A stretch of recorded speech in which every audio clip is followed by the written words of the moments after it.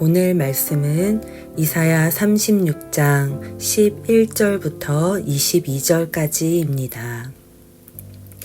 이에 엘리야김과 셈나와 요아가 랍사게에게 이르되 우리가 아람 방언을 아오니 청하건대 그 방언으로 당신의 종들에게 말하고 성 위에 있는 백성이 듣는 데에서 우리에게 유다 방언으로 말하지 마소서 하니 랍사게가 이르되 내 주께서 이 일을 내 주와 내게만 말하라고 나를 보내신 것이냐.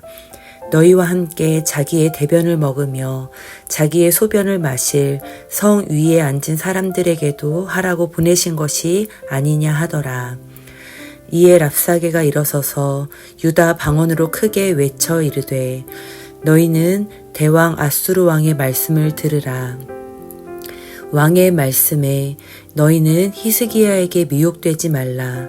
그가 능히 너희를 건지지 못할 것이니라. 히스기야가 너희에게 여호와를 신뢰하게 하려는 것을 따르지 말라. 그가 말하기를 여호와께서 반드시 우리를 건지시리니 이 성이 아수르 왕의 손에 넘어가지 아니하리라 할지라도 히스기야의 말을 듣지 말라. 아수르 왕이 또 이같이 말씀하시기를 너희는 내게 항복하고 내게로 나아오라. 그리하면 너희가 각각 자기의 포도와 자기의 무화과를 먹을 것이며 각각 자기의 우물물을 마실 것이요. 내가 와서 너희를 너희 본토와 같이 곡식과 포도주와 떡과 포도원이 있는 땅에 옮기기까지 하리라. 혹시 히스기야가 너희에게 이르기를 여호와께서 우리를 건지시리라 할지라도 속지 말라. 열국의 신들 중에 자기의 땅을 아수르 왕의 손에서 건진 자가 있느냐? 하맛과 아르바세의 신들이 어디 있느냐? 스발와임의 신들이 어디 있느냐? 그들이 사마리아를 내 손에서 건졌느냐? 이 열방의 신들 중에 어떤 신이 자기의 나라를 내 손에서 건져냈기에 여호와가 능히 예루살렘을 내 손에서 건지겠느냐 하셨느니라 하니라. 그러나 그들이 잠잠하여 한 말도 대답하지 아니하였으니 이는 왕이 그들에게 명령하여 대답하지 말라 하였음이었더라. 그때에 hil기야의 아들 왕궁 맡은 자 엘리야김과 서기관 셈나와 아삽의 아들 사관 요아가 자기의 옷을 찢고 히스기야에게 나아가서 랍사게의 말을 그에게 전하니라. 아멘.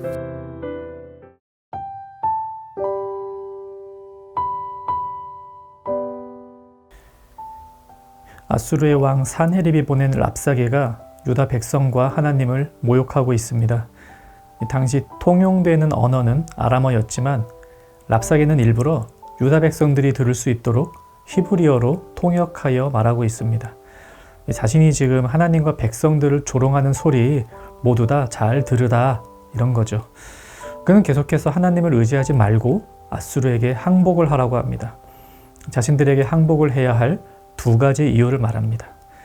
만약 그가 말하는 두 가지 이유가 그럴듯하다면 하나님을 버리는 게 합당한 일이겠죠.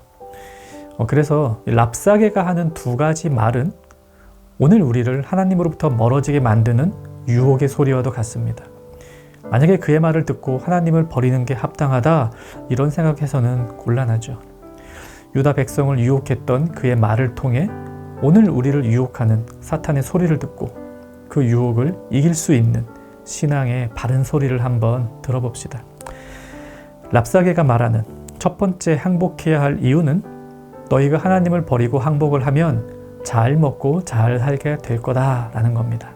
16절 내게 항복하고 내게로 나아오라. 그리하면 너희가 각각 자기의 포도와 자기의 무화과를 먹을 것이며 각각 자기의 우물물을 마실 것이요 내가 와서 너희를 너희 본토와 같이 곡식과 포도주와 떡과 포도원이 있는 땅에 옮기기까지 하리라. 이 말은 거짓말은 아닙니다. 아수르에게 항복한 나라들은 꽤나 풍요로운 삶을 살았습니다. 아수르는 당시 최고의 강대국이었으므로 경제적으로도 윤택한 생활을 할 수 있었습니다. 항복하면 정말로 지금보다 어쩌면 더 잘 먹고 잘 살 수 있을지도 모릅니다.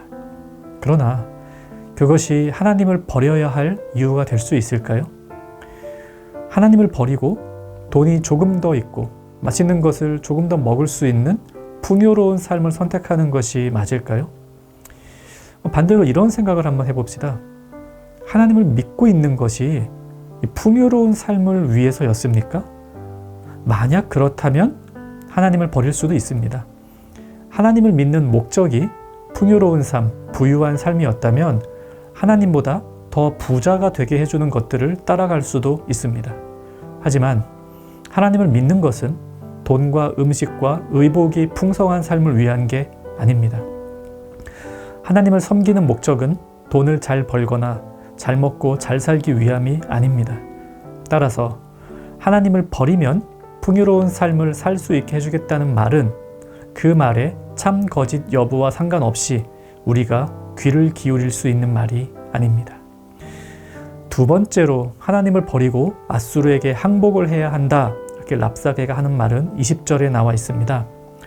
이 열방의 신들 중에 어떤 신이 자기의 나라를 내 손에서 건져냈기에 여호와가 능히 예루살렘을 내 손에서 건지겠느냐 하셨느니라 하니라. 그러니까 다른 나라들도 그들의 신들이 자신들을 구해줄 줄로 기대했지만 앗수르의 손에서 구원해준 신은 하나도 없었다는 겁니다. 그러므로 여호와 하나님도 너희를 구하지 못할 것이니 그를 버리고 항복하라고 합니다. 이것은 이전까지의 경험을 근거로 하나님의 일하심을 판단해 보라는 유혹입니다. 이 말을 우리 들을 수 없습니다. 왜냐하면 하나님은 우리가 지금껏 한 번도 경험해 보지 못한 일을 행하시는 분이시기 때문입니다. 세상에 어떤 신이 자기 아들을 보내어 사람을 구원했습니까? 세상에 어떤 신이 죄인들을 위하여 죽었다가 부활하여 그들을 믿는 이들의 부활을 약속하셨습니까? 경험만으로 치자면 하나님은 이 세상 누구도 하지 못했던 일들을 행하시는 분입니다. 따라서 랍사게가 말하듯 다른 나라의 신들이 앗수르로부터 구원하지 못했다고 해서 그것이 하나님을 버려야 할 이유가 되지는 않습니다. 똑같은 유혹이 우리에게도 있습니다. 내가 살아보니 이럴 때는 이렇게 해야 돼, 저럴 때는 저게 맞아 라는 판단들, 우리의 경험과 지식에 근거할 때가 많죠. 물론 경험과 지식은 중요합니다.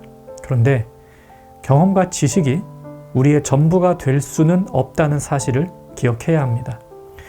하나님은 경험과 지식 위에 존재하시는 분이라는 사실을 잊어서는 안 됩니다. 때로는 육안으로 보는 것과 인생의 경험과 과학적 지식이 소용없이 하나님의 큰 일을 바라보고 따라야 하는 때가 있습니다. 유다 백성들은 지금 그 선택을 해야 합니다. 세상 어떤 신도 앗수르로부터 구원하지 못했으나 하나님께서는 구원해 주실 역사, 이것을 기대해야 합니다. 랍사게가 이 두 가지 이유를 들어 하나님을 버리고 앗수르를 택하라고 합니다. 그런데 그 이유들은 타당하지 않았습니다. 오히려 그가 말한 이유들은 앗수르를 택하지 말고 하나님을 의지해야 하는 이유가 됩니다. 풍요로운 삶이 우리를 유혹한다 해도 하나님이 주시는 영원한 삶을 바라야 합니다. 이전까지 없었던 일을 행하시는 하나님을 믿고 그분을 의지해야 합니다. 말씀 생각하며 기도합시다. 눈앞에 보이는 풍요와 안락을 하나님과 바꾸지 않게 하소서. 또 지식과 경험을 기반으로 하는 삶이 아닌 하나님의 위대한 일을 기대하는 삶을 살게 하소서.